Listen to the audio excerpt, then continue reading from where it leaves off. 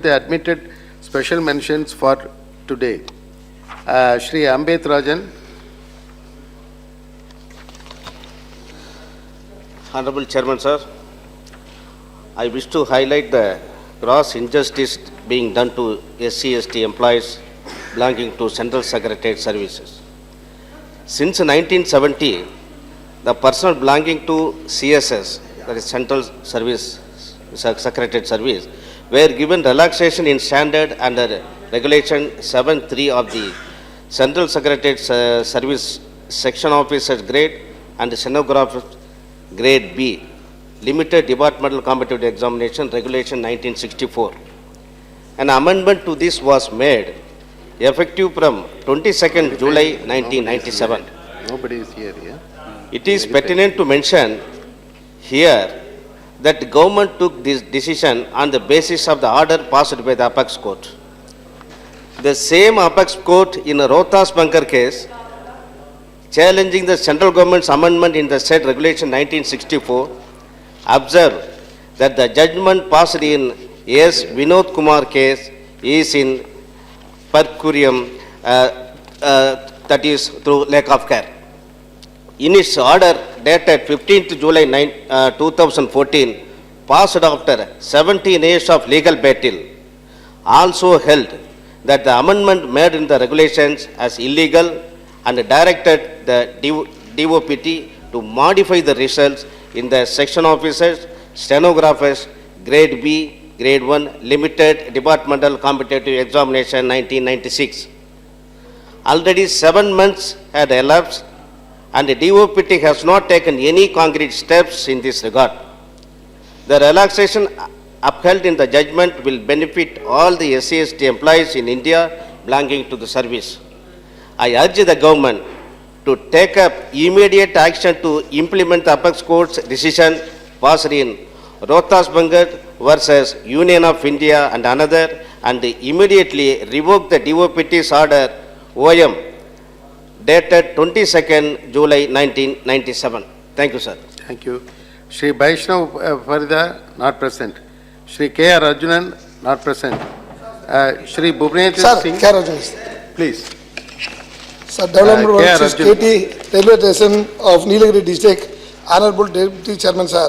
KT Railway Station of the Nilagiri Mountain Railway is a prestigious station for its national beauty and the location of the station.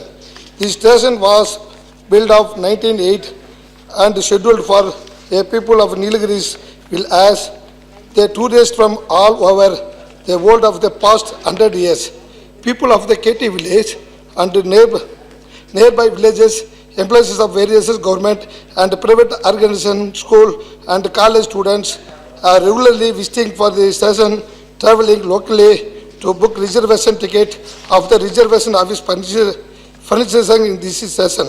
Railway budget and contribution to each and every station is not sufficient to carry out all our to make a station to high class one, and hence the cooperation from other sources and becomes mandatory to give the better service to the people. And this one, winding of the level crossing gate. And number 2, reservation office remodeling. Number 3, integration works of the provision of the furnitures. Lay on the table, sir. Thank you. Thank you. Now Shri Avinash Pandey. Bhupender Singh is here. Please. 1 minute. Vice Chairman, sir, thank you very much. The subject is on safe drinking water. By what time each and every Indian will get safe drinking water? Government of India, during the 6th 5-year plan, prioritized safe drinking water through tube to rural India. The contaminated water is the cause of health hazard of people from rural India to urban India. We normally believe that during the arrival of the monsoon, in the tribal people who used the river water suffered from diarrhea and cholera. it is a matter of great concern for all of us, for Government of India, when reports came in press that the water supply to the Parliament complex, the President's estate, the Prime Minister's residence being disrupted because it was too polluted to be even treated for human consumptions, have understandably made headline in recent days. A recent report by Union Health Ministry had revealed that drinking water across states contains fluoride above permissible levels. Is it a fact that the thousands of people across the country, from Rajasthan,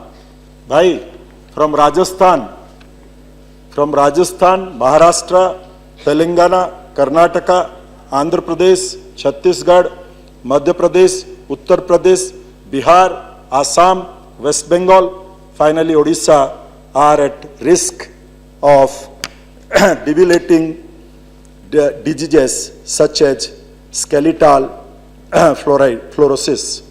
And this is just the extent of damage that is being done by one particular pollutant. There has been fluoride affected district of Noapada, Kalahandi, my own district, a part of Balangir, that is in Kebike in Odisha. Will Government of India support the state government from this? I wish that the government should have all of us should think of, have a special one day to be debated on safe drinking water for every Indian of this country. I wish, Vice Chairman Sir, let there be no third world war. But if there will be third world war, it will be for water only, as you are also for Okay, thank in you. Tamil Nadu and Karnataka. Shri Avinash Pandey. Yes. Please, please. Thank you, Avinash Pandey. Vice Chairman, sir. Sir, demand to set up a mechanism for a priori parliamentary review of the constitutionality of constitutional amendments and legislative proposals. Sir, as we know the constitutional validity of the Constitution, 121st Amendment Act 2014 and the National Judicial Appointments Commission Act 2014 has been challenged before the Honorable Supreme Court. The validity of many other legislations and constitutional amendments are routinely challenged before the judiciary, which often results in delayed implementation of laws passed by Parliament. The Constitution of India, which is the supreme law of the land, has created a delicate system of separation of powers to maintain checks and balances between legislature, executive, and judiciary. The constituent power of Union of India are vested in Parliament, which is equally responsible to protect and maintain the basic structure of Indian Constitution. In order to strengthen the system of check and balances, there is a need to create mechanism which allow Parliament to conduct an a priori review of constitutionality of proposals of government to amend the Constitution or make new laws of policies. This will not only ensure that the basic constitutional principles are respected and preserved in every act of Parliament, but also act as an interpretative tool to aid the court if legislation is challenged, by clarifying the intent and opinion of legislature through pre-legislative process. Thus, I request that the Honorable Minister of Law and Justice to examine the possibility of creating such a mechanism to reduce opportunities of challenge to the constitutional validity of Act of Parliament to facilitate their timely implementation by the government. Thank you very much. Shri Hussain Dalwai, not present. Shri Mohammad Nadimul Haq, absent. Shri Bandopatiya. Thank you, sir. It is about problems in the Kolkata Metro. The Kolkata Metro Railway is beset with a number of problems. They relate to infrastructure and safety as well as delay. Incidents bear out the current state of affairs. On February 12, 2012, passengers had to be evacuated as smoke billowed out of the bottom of a coach. The similar incident was reported in August 30th of that year. In 2014, similar incidents happened. On June 23, 600 passengers were stuck in a dark metro tunnel for over an hour. Again on July 31, smoke was detected in a rake. These and similar incidents have clearly jeopardized people's lives. Other infrastructure related problems have also been happening frequently. For example, September 26, services were hit by auto signaling failure. These infrastructure and safety related problems have also made people scheduled to go haywire. Due to lack of proper maintenance, sometimes even minor issues have turned into major problems.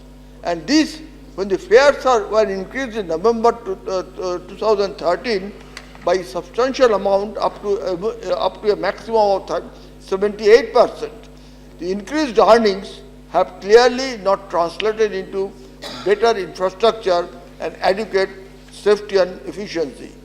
The railways must immediately take up the problem faced by the Calcutta Metro and find permanent solution.